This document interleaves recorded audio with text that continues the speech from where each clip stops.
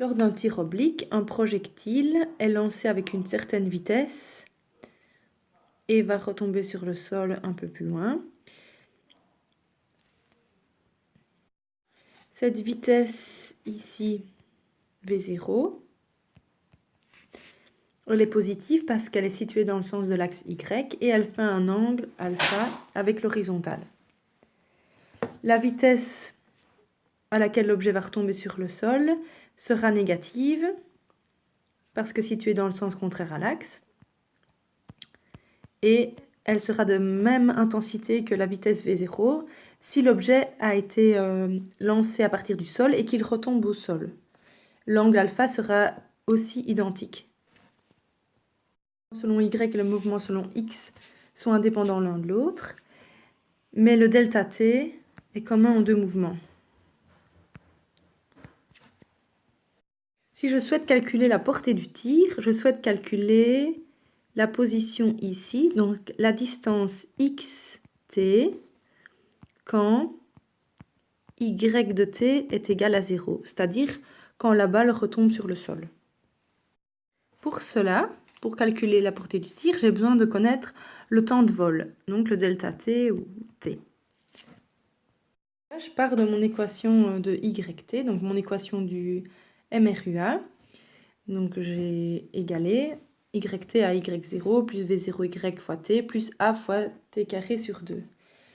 Et je vais remplacer par les données que je possède. Donc, lors de la portée du tir, lorsque je calcule la portée, y de t est égal à 0. Le y0, c'est aussi 0, puisque l'objet est parti au sol avant de retomber au sol. Le v0y, ici, je ne connais pas puisque je n'ai pas de données. C'est juste pour vous montrer comment je peux faire avec une formule. Le a, donc c'est l'accélération gravifique. Pendant toute la chute, elle est orientée vers le bas. Donc ici, c'est le g, pour gravité, qui est égal à l'accélération. Il va valoir moins 9,81 mètres par seconde au carré, puisqu'il est orienté dans le sens contraire à l'axe y.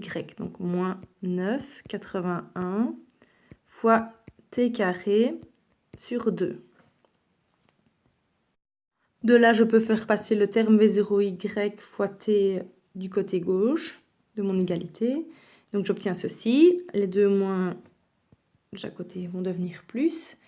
Et donc j'isole le temps. Donc t, je n'en veux plus qu'un, donc je peux rester là et le t ici. Donc t va valoir, le 2 je fais passer de l'autre côté, donc 2 fois 0 v0y sur 9,81. Voilà comment je peux calculer la durée du vol. La portée du tir, je prends mon équation du MRU, puisque je cherche le xt, qui est égal à x0 plus v fois t. Le v, comme la vitesse est constante dans le MRU, elle vaudra v0x.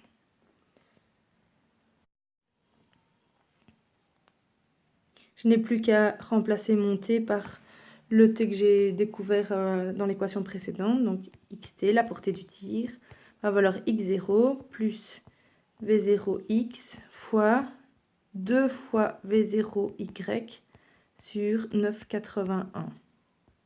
Cela par les chiffres de l'énoncé que j'aurai et je résous l'exercice.